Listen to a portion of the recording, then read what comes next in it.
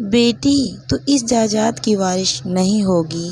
रजनी बेटी अभी तक भी नहीं आई, मेरा उससे मिलने का बहुत मन कर रहा है, जाने कब मुझे भगवान का बुलावा आ जाए। बीना जी ने धीमी आवाज़ में कहा, अम्मा फ़ोन तो कर दिया है, अब आते आते ही आएगी, इसी शहर में तो रहती है। माँ की तबीयत पूछने की भी उसे ज़रा सी भी फुर्सत नहीं है, मैं कब से उसकी आने की राह देख रही हूँ। सूरज एक बार और फ़ोन लगा, वो उतावलेपन से बोली। सूरज फिर से फ़ोन देखता है तो रजनी का मैसेज देखकर रुक जाता है।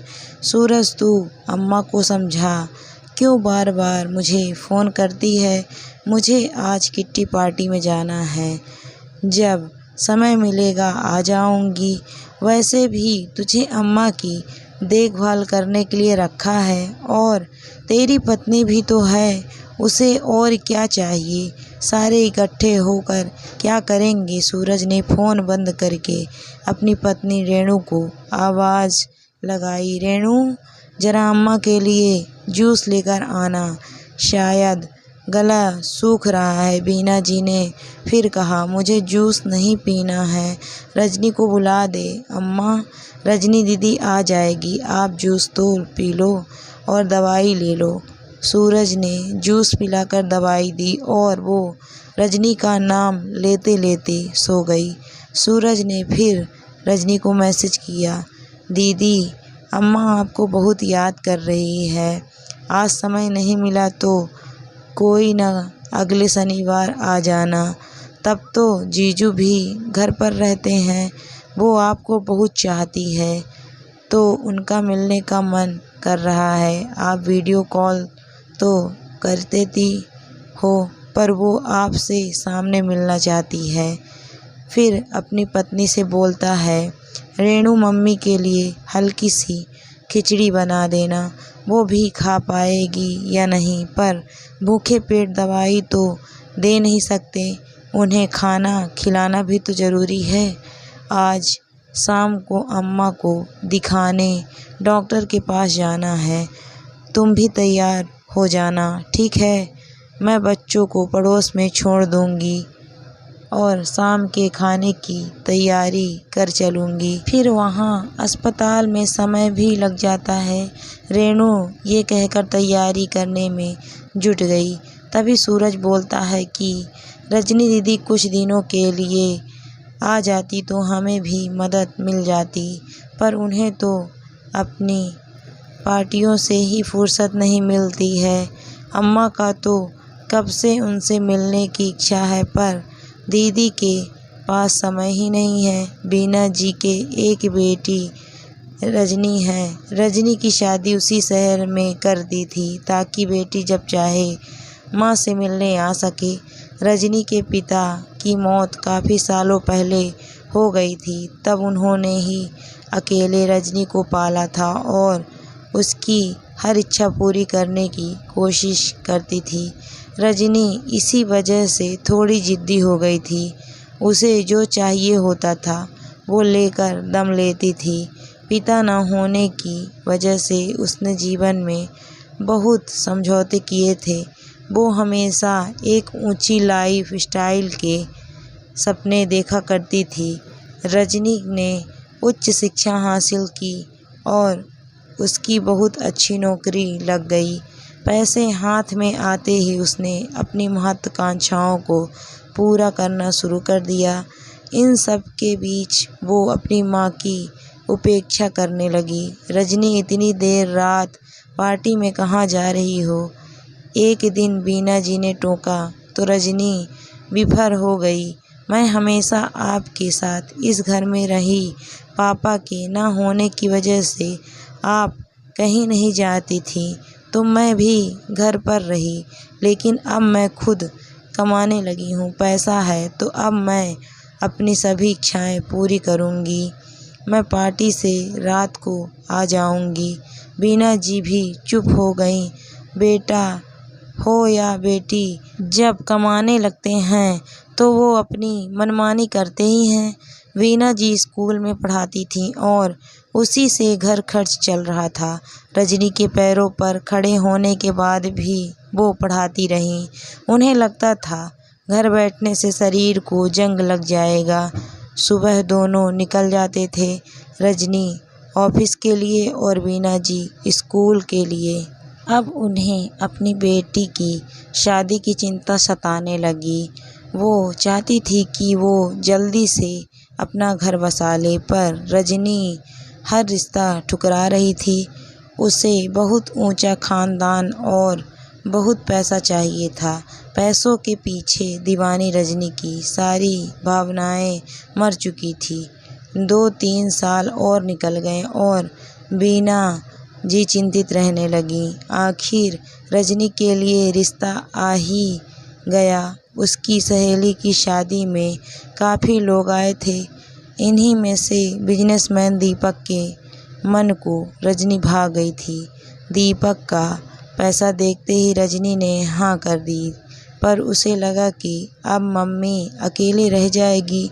वो मम्मी को अपने साथ भी नहीं ले जाना चाहती थी, क्योंकि वो घूमने फिरने और पार्टी की शौकीन थी।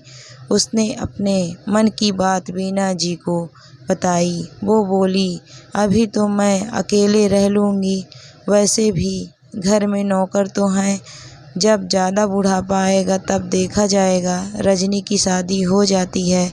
शादी होते ही वो अपने सपनों की दुनिया में खो जाती है। घूमने फिरने की शौकीन थी तो उसे बीना जी से बात करने की फुर्सत तक नहीं मिलती थी। एक दिन बीना जी की अचानक तबीयत खराब हो जाती है। उन्होंने डॉक्टर को दिखाया तो उन्हें कैंसर बताया। अब उनकी सेहत गिरने लगी।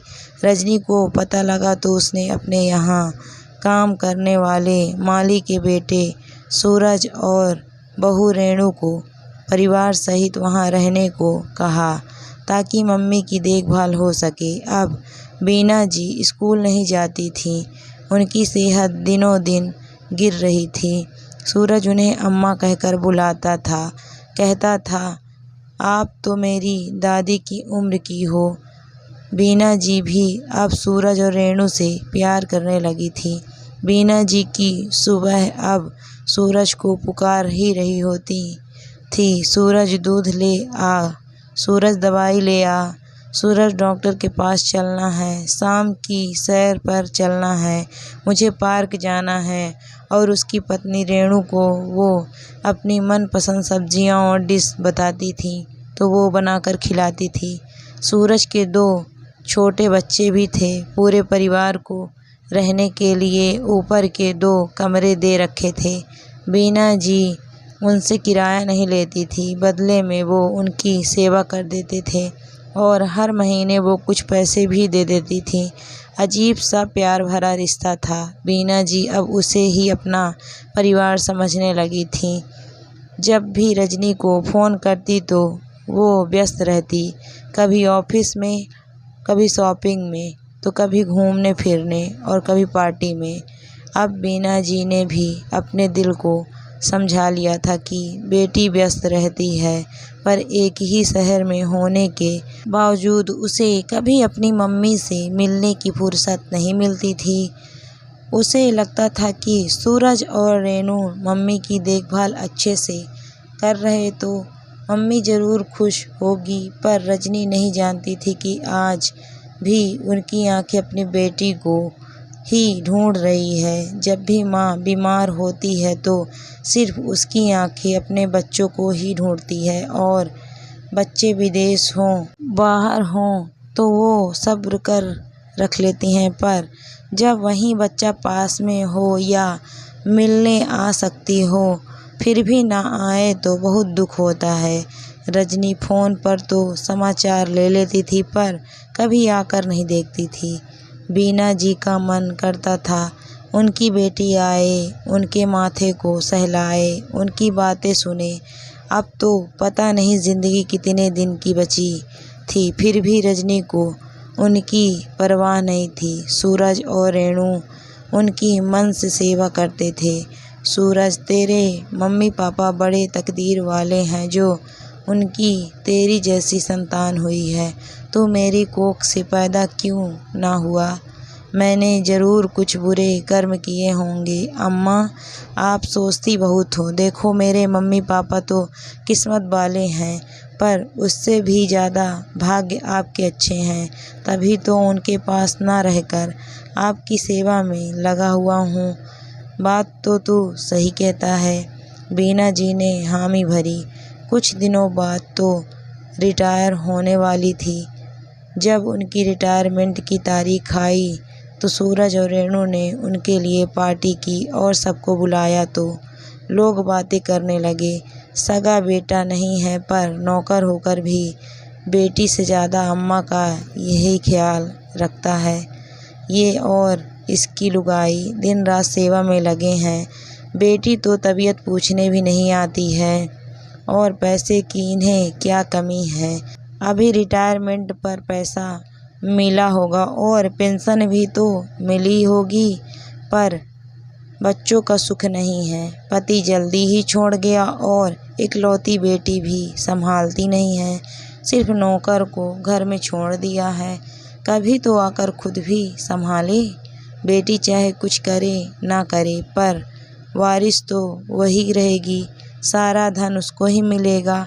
कुछ करती भी नहीं है और जायदाद भी ले जाएगी। आखिर इकलौती बेटी जो ठहरी, इसीलिए तो लापरवाह हो गई है। अपने सुख के लिए बीमार माँ को भी भुला दिया है और आज रिटायरमेंट पर भी नहीं आई। पति के साथ बाहर विदेश गई है। अरे, जब पता था कि माँ रिटायर होने वाली है तो घूमने मत जाती। सबकी बातें बीना जी के कानों में पड़ रही थी। पति की मौत से वो वैसे ही दुखी रहती थी, पर आज बेटी ने भी उन्हें बहुत दुख दिया। वो सारी रात परेशान रही और अपनी बेटी को याद करती रही। उसके बचपन से लेकर बड़े होने तक का सारा घटनाक्रम उनकी आंखों के आगे आता रहा। 2-4 दिन निकलते थे। उन्होंने रजनी को फ़ोन किया, तू विदेश घूमकर आ गई क्या? हाँ मम्मी, परसों ही आ गई थी। बड़ी थकान आ रही थी। आज तो ऑफिस भी नहीं गई। पूरा दिन घर पर आराम ही करती रही। तू घर पर थी तो मुझसे मिलने ही आ जाती, बीना जी ने कहा। तो रजनी बोली, हाँ आती हूँ, बहुत जल्दी आऊँगी। तभी बीना जी ने कहा, मैं कल मेरी जायदाद और गहनों का बंटवारा कर रही हूँ। अब मेरी ज़िंदगी का पता नहीं कब चली जाऊँ। सोचा जाने से पहले बंटवारा कर जाऊँ। ये सुनते ही रजनी बोल पड़ी, मम्मी बंटवारा क्या करना है? आपका जो भी है सब मेरा ही है। इसमें बंटवारा तो हो ही नहीं सकता है। वो जल्दी से बोली, रजनी माना तू मेरी इकलौती संतान है, पर तू मेरी जायदाद की वारिस होगी या नहीं ये मुझे सोचना है। और बीना जी ने फ़ोन रख दिया। रजनी बेचैन रही और रात भर सो नहीं पाई। सुबह उसने फिर ऑफिस से छुट्टी ली और मायके पहुंच गई। अचानक अपनी बेटी को देखकर बीना जी खुश तो हुई, पर वो समझ गई कि बंटवारे के कारण बेटी आई है, वरना कभी आने का नाम ही नहीं लेती।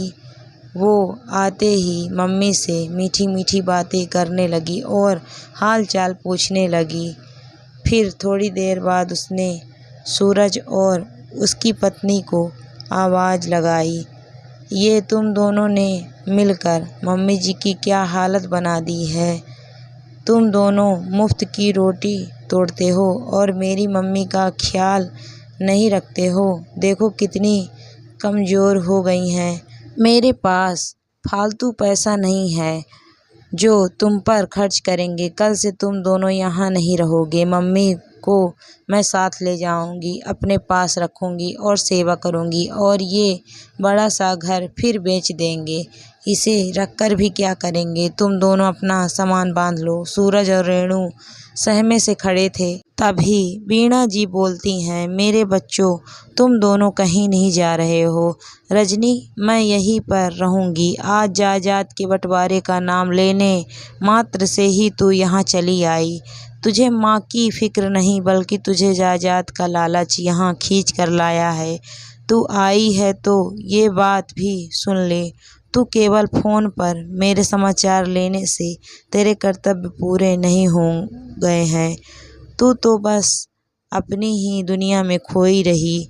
अपनी बीमार माँ की चिंता होती तो एक ही शहर में होने के बावजूद मिलने जल्दी से आती।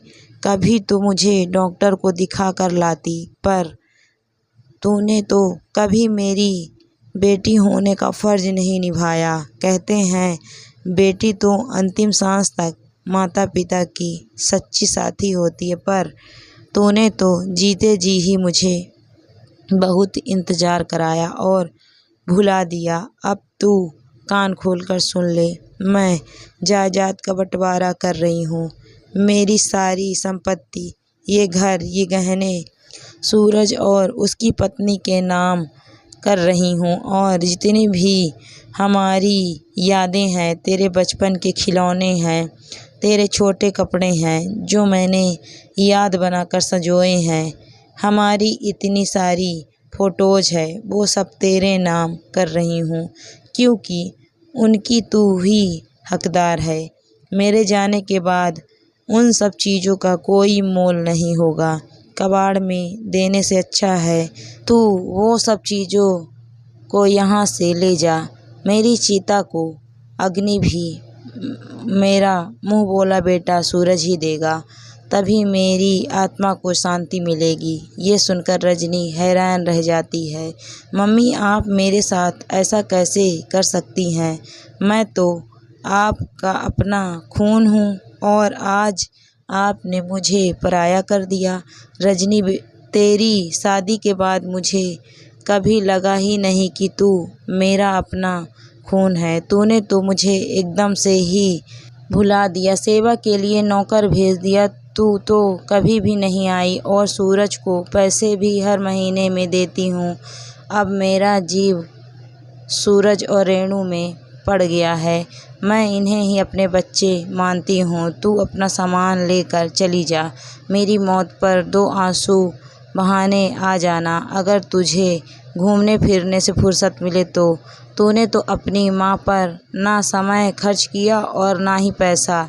अपनी मम्मी की बातें सुन कर रजनी शर्मिंदा होकर चली गई और आज बीना जी का मन बहुत हल्का हो गया था। इस जायदाद के अनोखे बंटवारे को सुनकर हर कोई हैरान हो रहा था। दोस्तों, बेटा हो या बेटी, जब दुख और ज़रूरत के समय अपने ही बच्चे मुंह फेर ले तो माता पिता को बहुत तकलीफ़ होती है, और जब उनके दुख में पराये साथ देते हैं तो ऐसे रिश्ते खून के रिश्तों से बढ़कर हो जाते हैं।